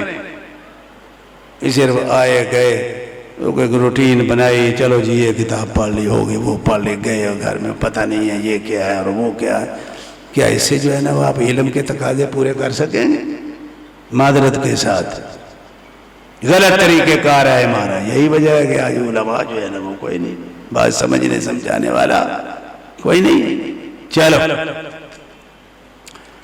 آگے مسئلہ آ جاتا ہے حبیبتان الی الرحمن، کہ یہ کلمے جو ہیں وہ اللہ کو کیا ہیں؟ محبوب ہیں بڑے. بھائی کتنے محبوب ہیں، کتنے پیارے ہیں. وہ پیار تو تھوڑا سا بھی ہوتا ہے، اتنا بھی ہوتا ہے، اتنا بھی ہوتا ہے، اور بڑا بڑا بڑا اس کی کوئی حد ہے. رب العالمین کو یہ کلمات جتنے پیارے ہیں، اس نے کہیں تو بتایا ہوگا نا کہ مجھے کوئی ترازو، کوئی میٹر، کوئی پیمانہ، کوئی پیمائش تو بتائی ہوگی نا کہ اتنے پیارے ہیں مجھے. بتائیے کہیں، بتائیے. ہم دھیان سے پڑھتے نہیں ہیں، ہم دھیان سے پڑھاتے نہیں ہیں. پیمائش بتائیے، اور وہ ہماری پیمانوں کے مطابق ہے یا اس نے اپنی شیان شان جو ہے وہ اس کے پیمانے رکھے ہیں. اے مالک، ناراضگی اور غصہ، وہ جتنا بڑا آپ ہے اتنے بڑے اس کے جو غصے، ناراضگی اور پیار محبت کے پیمانے ہیں وہ بھی اس نے اپنے حساب سے متعین کیے ہوئے ہیں، جن کی پیمائش کر لینا، ادراک کر لینا ہے مخلوق میں کسی کے بس کی بات نہیں ہے. بھائی تو سنو وہ پیارے کتنے. صحیح مسلم کی معروف روایت، رسول اللہ صلی اللہ علیہ وسلم نے جویریہ بنت الحارث رضی اللہ سبحانہ وتعالی عنہا سے فرمایا، یہ کلمے ان کو بتائے، قصہ مختصر کر رہا ہوں. سبحان اللہ و بحمدہ عدد خلقہ. آگے وزینت عرشہ ومداد کلماتہ ورضا نفسہ. بہت سارے خوش نصیب بھائی ہیں جن کو یہ کلمات یہ دعا اس طرح پہ یاد ہے، لیکن انہوں نے ایک کو نہیں پتا بھی یہ آکھیا کی یہ پیمانے کی نہیں. سنو بھائی، اللہ رب العالمین کی محبت کی یہ انتہا ہے کہ انہوں نے ان کلمات کو یہ عظمت بخشی ہے، اور یہ بخش کے ہمیں یہ بتایا ہے کہ اے بندے، تو اگر یہ کہے نا کہ یا اللہ میری طرف سے سبحان اللہ و بحمدہ اتنی مرتبہ لکھ لے جتنی تیری مخلوق کی تعداد ہے، عددا خلقہ. بھائی یہ اللہ نے شرف نماز کو نہیں دیا، روزے کو نہیں دیا، کسی اور عمل کو نہیں دیا. تلاش کر لیں حدیثیں کہ اللہ رب العالمین نے محمد الرسول اللہ کے ذریعے صلی اللہ علیہ وسلم یہ بتایا ہو کہ نماز، اے بندے تو کہہ یا اللہ میں نے نماز پڑھی تو ایک ہے، لیکن اتنی لکھ لے جتنی تیری مخلوق کی. یہ نہیں ہے. ہاں یہ ہے کہ اس کا اجر جو ہے وہ یضاعف 10 گنا 70 گنا 1400، جتنی بہترین طریقے سے پڑھیں گے اتنا اس کا ثواب میں تضاعف جو ہے وہ. لیکن لکھی کتنی مرتبہ جائے گی؟ ایک ہی مرتبہ لکھی جائے گی. اللہ حضرت کیا سارے جتنے. اچھا جی، اللہ کی مخلوق کی تعداد کتنی؟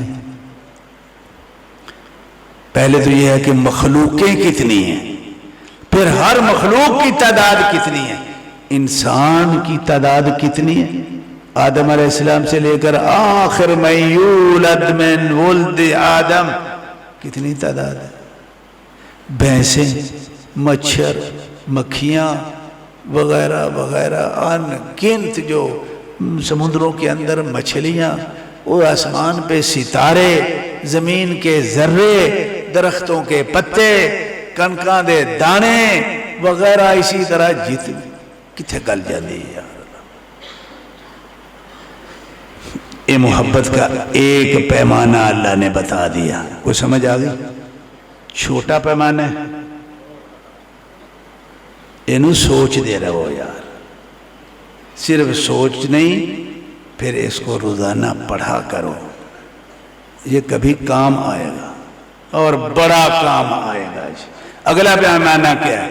ایک پیمانہ یہ ہے وزینت عرشہ، کہ یا اللہ اگر تو وزن پیدا کر کے اگر تو لکھے تو اتنا وزن ڈال دے جتنا تیرے عرش کا وزن ہے. اللہ، جس مومن کے نیکیوں والے پلڑے میں عرش کا وزن پڑ جائے، او بھائی اس کے گناہوں والا پلڑا کدھر جائے گا؟ کیا رہ جائے گا؟ یہ چھوٹا پیمانہ ہے.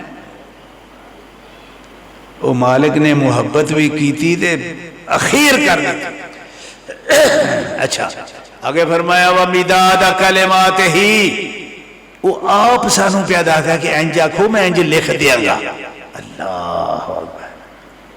وہ لکھنا سوتے سانوں دسیا سنا. اللہ بعدہ خلافی تو نہیں کرتا کہ آخ چھڑیا تو لکھیا کچھ بھی نہیں. اگلا پیمانہ ہے وَمِدَادَ كَلِمَاتِهِ. اللہ جتنے بندہ کھنڈیا اور اللہ محمد رسول اللہ صلی اللہ علیہ وسلم کی زبان سے ہمیں سکھا رہے ہیں مداد کلماتہ. اللہ اگر تو لکھنا چاہے تو جتنے سمندروں کی سیاہی تیرے کلمے لکھنے پہ لگتی ہے، اتنے سمندروں کی سیاہی سے جتنی مرتبہ لکھا جا سکتا ہے اتنا لکھ دے.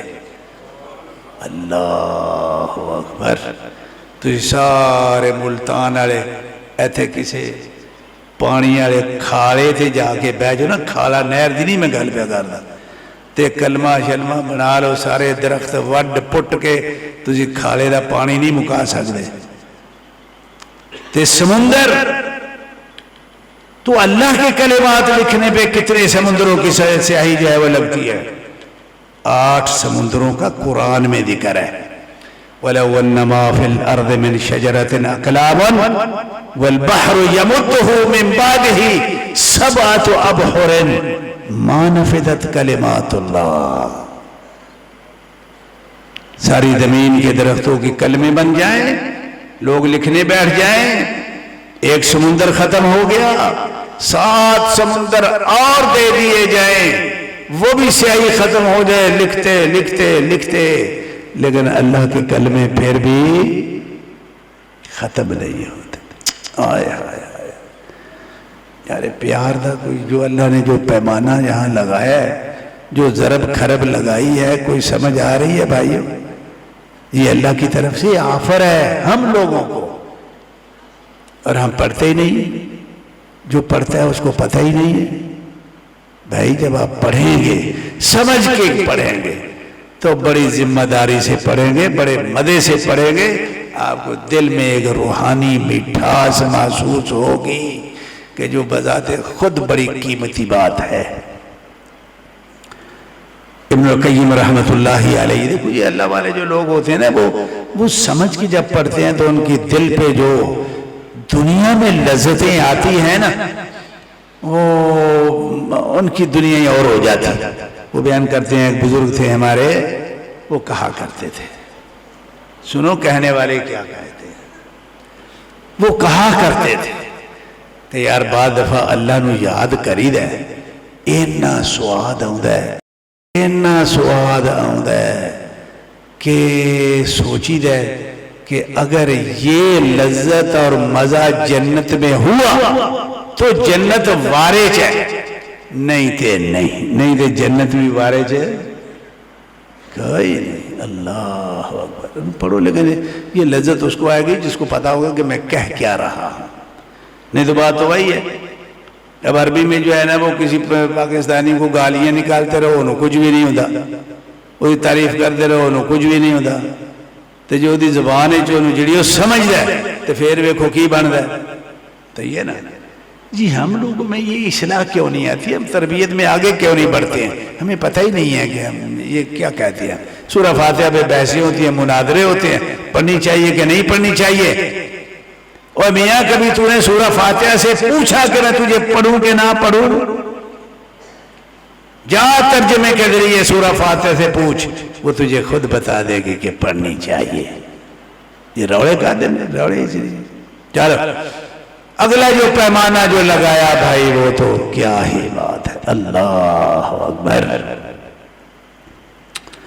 فرمایا بندے تو اس طرح کہہ دے، اللہ چھوڑ تعداد کو بھی، وزن کو بھی، مقدار کو بھی، تو بتا راضی کتنے پہ ہوتا ہے، میں اتنا لکھ دوں گا. رضا نفس ہی، اس کا کیا معنی ہے کہ اللہ تو راضی کتنے پہ ہوتا ہے. او بھائی اگر اللہ کی ہم جو ہے نا سبحان اللہ و بحمدہ زمین کے ذرے کے برابر کہہ ڈالیں تو اللہ رب العالمین کی رضا پوری ہوگی، بس آگے کوئی ضرورت نہیں ہے. یہ آخری پیمانہ ایسے نہیں لگایا، یہ حبیبتان الرحمن. اب یہ بتاؤ، سوچو کہ جس آدمی کو اللہ کو جو یہ کلمے اتنے محبوب ہیں تو پڑھنے والا کتنا پیارا ہوگا بھائی. اس کلمے کا مطلب ہے پڑھنے والے دا بھی مسئلہ ہے، وہ کتنا پیارا ہے. تو چلو بڑی عظیم حدیث ہے. اللہ اکبر. آخر میں امام بخاری رحمۃ اللہ علیہ لائے. اس کے بعد بھی ہے نا جو بات اصل جو مغز کا درجہ رکھتی ہے وہ باقی رہ گئی ہے. وہ یہ ہے کہ یہ سبحان اللہ و بحمدہ، یہ اسی کے سارے جو ہے نا وہ اعزازات ہیں نا. یہ سبحان اللہ و بحمدہ ہوتا کیا ہے یار؟ اس کے اندر کیا ہے کہ اس کی اتنی تکریم ہے، اتنی عزت ہے کہ رب العالمین نے اس کو وہ عظمتیں دے ڈالی کہ جن کا ادراک کر لینا، لکھ لینا فرشتوں کے بھی بس کی بات نہیں ہے. وہ کچھ ہے نا اندر تے تائیں وہ سائیں ہی دے وچ کچھ ہو سیتا اللہ سائیں یہ اتنی عظمتاں دیتی ودے ہیں. کیا ہے اس کے اندر؟ کیا ہے اس کے اندر؟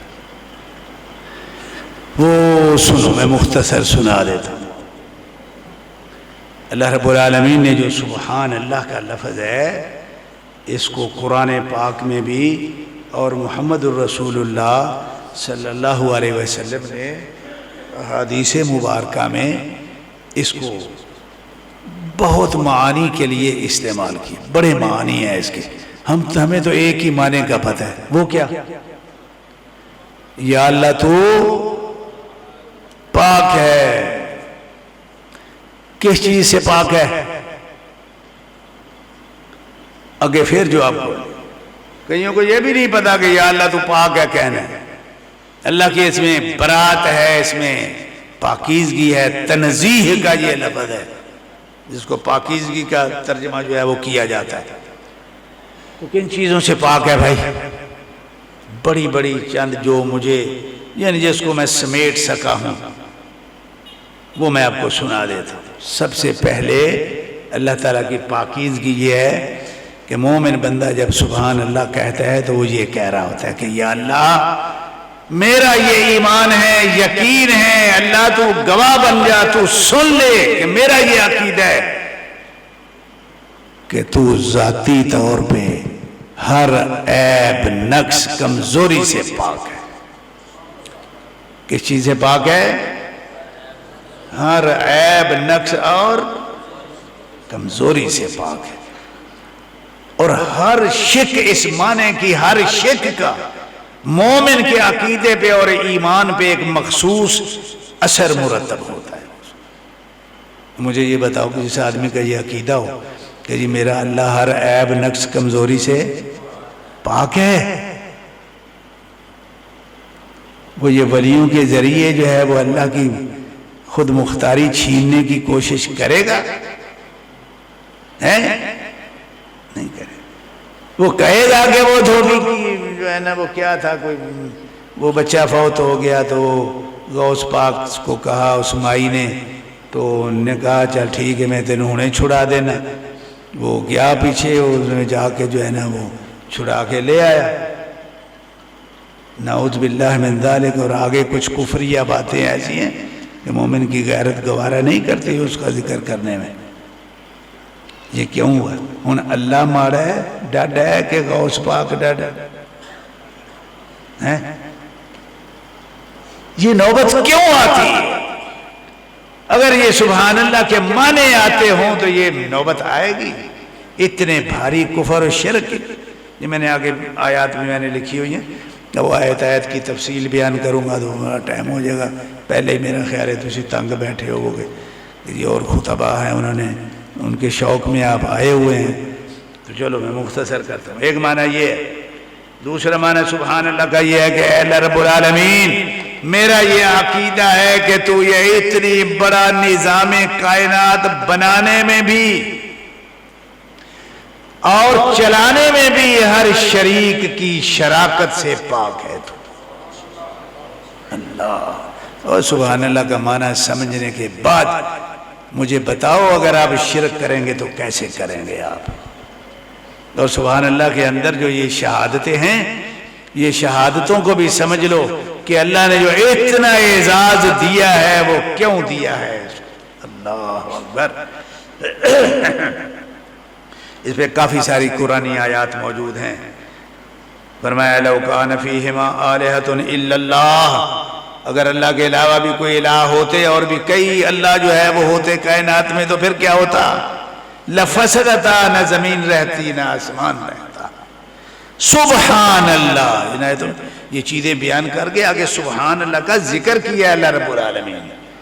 اور وہ سبحان اللہ جو ہے پیچھے جو معنی بیان ہوا ہے اور جو اللہ تعالیٰ کی طرف جو چیزیں منسوب کی گئی ہیں اسی سے برات اور تنزیہ کے معنی میں ہیں۔ فرمایا سبحان اللہ، نہیں بھئی اللہ اس چیز سے پاک ہے، وہ نظام کائنات بنانے میں چلانے میں اس کے ساتھ کوئی شریک نہیں ہے۔ آگے ایک معنی ہے کہ اللہ میرا یہ بھی عقیدہ ہے۔ اور یہاں بھی بڑے لوگ جو ہے نا وہ گمراہ ہو جاتے ہیں۔ میں نے کئی لوگوں کو بڑے کفریہ جو ہے نا وہ کلام کرتے میں نے سنا ہے، اللہ اکبر.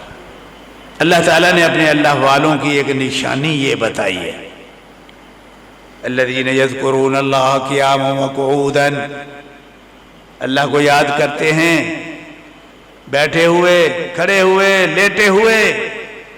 وَيَتَفَكَّرُونَ فِي خَلْقِ السَّمَاوَاتِ وَالْأَرْضِ، زمین اور آسمان اور اس کے اندر جو کچھ بھی ان کو علم ہے نظر آتا ہے اس میں وہ غور و فکر کرتے ہیں. یار اے کیے اللہ نے یہ کیا بنایا ہے، یہ کیا بنایا، یہ ماشاءاللہ یہ کتنا سونا بنایا.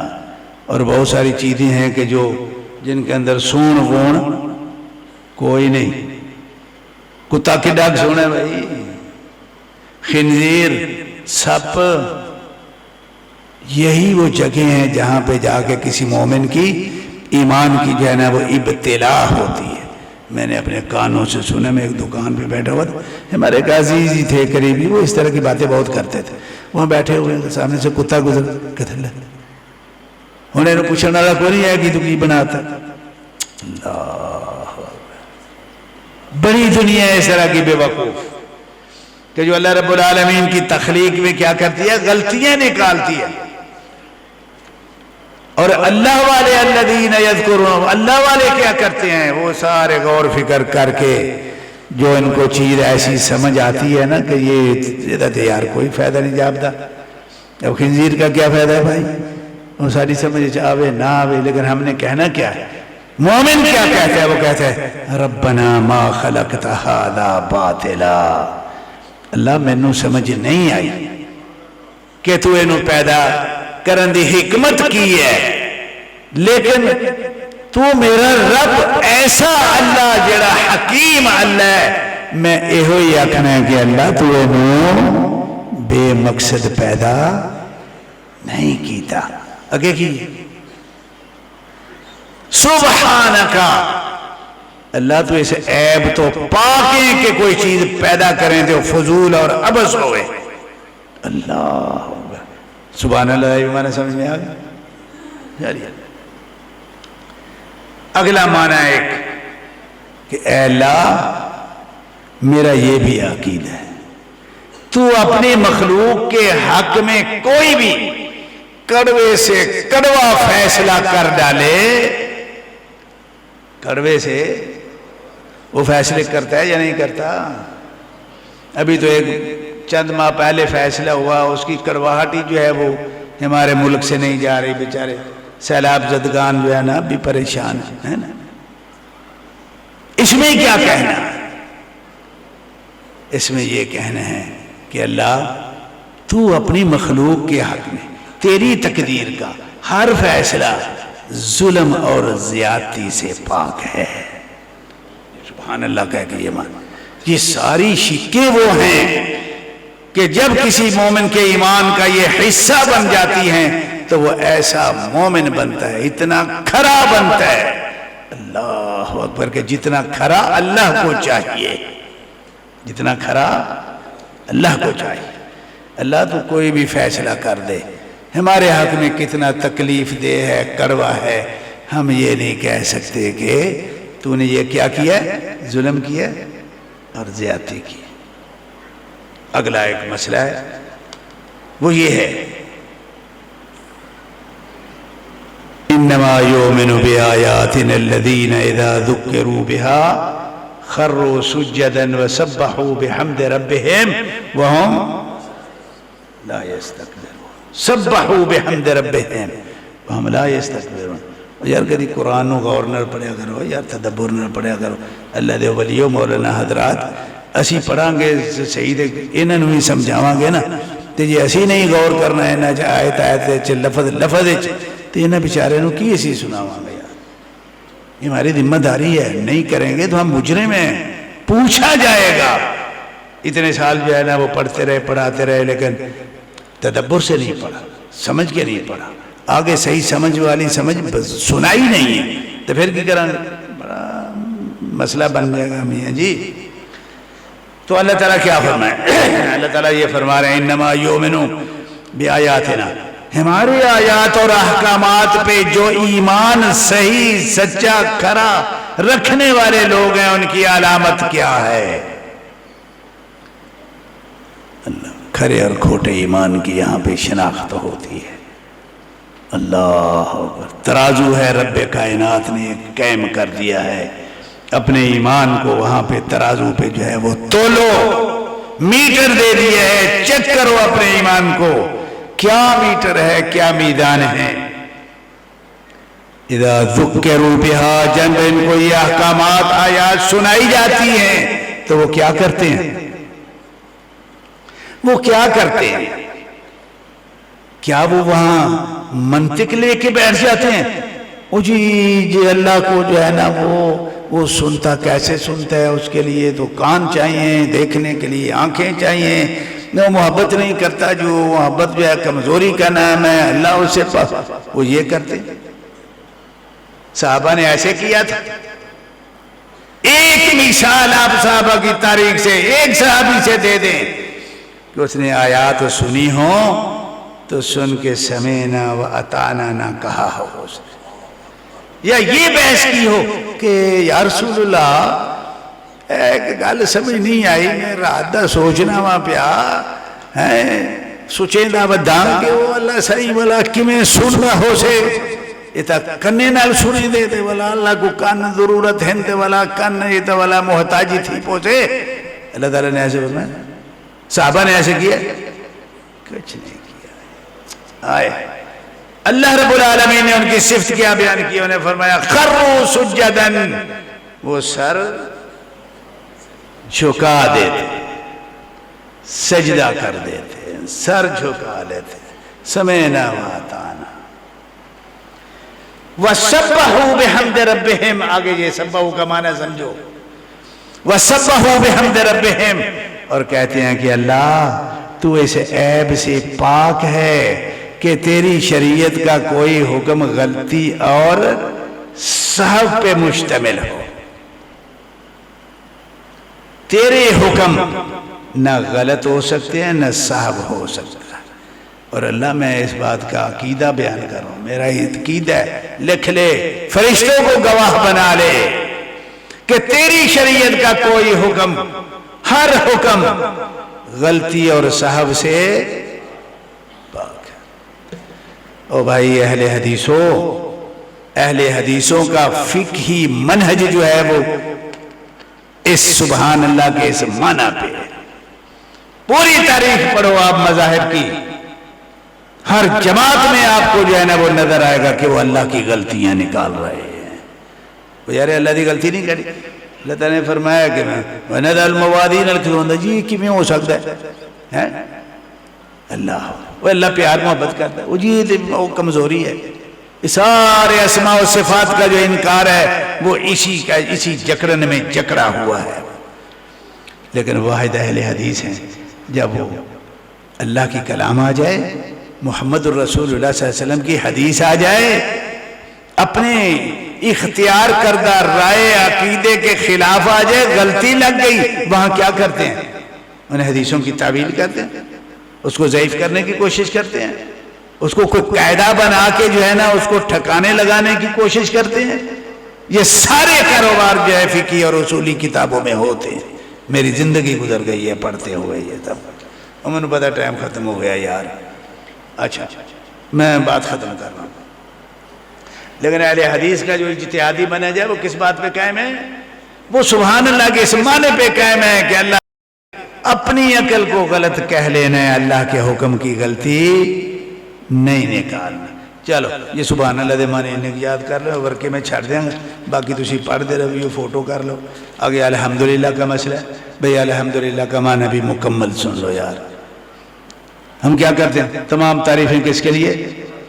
اللہ تعالیٰ کے لیے۔ چلو تو پھر اگر تمام تعریفیں اللہ تعالیٰ کے لیے تو سب سے پہلے یہ علماء اور مشائخ کی مجلس ہے، میں یہ سوال کروں گا کہ پھر ساڈا کی بنے؟ بھئی ہماری تعریفوں میں ہمارا حصہ کتنا ہے؟ اور اتنے لمبے لمبے لقب جو ہے نا وہ لکھ کے ہم نے اشتہار بھرے ہوئے ہوتے ہیں، پھر اس کا کیا؟ جب قرآن کا ترجمہ کرتے ہیں الحمدللہ رب العالمین، الحمد پہ جو الف لام ہے یہ جنسیت کے لیے ہے، ساری تعریفیں اللہ کے لیے ہیں. تو مولوی صاحب تیرے ہاتھ کی بچے ہے یار میرے پیچھے. اللہ اکبر. میں امید کروں گا کہ اس پہ ذرا توجہ جو ہے وہ کی جائے. بھائی الحمدللہ کا سب سے مرکزی بڑا معنی اعتراف نعمت ہے. تعریفیں بھی بعد میں ہیں، شکریہ کا درجہ بھی کب آتا ہے؟ بعد میں آتا ہے. سب سے پہلے کس چیز کا درجہ آتا ہے؟ اعتراف نعمت. کہ بندہ یہ اعتراف کرتا ہے کہ اللہ میں یہ اعتراف کرتا ہوں کہ مجھ پہ جتنی بھی نعمتیں ہیں وہ ساری کی ساری صرف اور صرف تو نے دی ہیں، وہ کسی اور نے. الحمدللہ دا اینا مانا ذہن چ رکھ کے تے پھر سوچو تسی شرک کی میں کرو گے تسی. اور جو الحمدللہ بھی پڑھتا ہے اور شرک بھی کرتا ہے تو اس کا مطلب کیا ہے؟ انہوں بیچارے انہوں الحمدللہ سمجھ کوئی نہیں آئی. بھائی بات بڑی لمبی ہو گئی، چلو اب نماز کا جو ہے نا وقت ہو گیا ہے. تو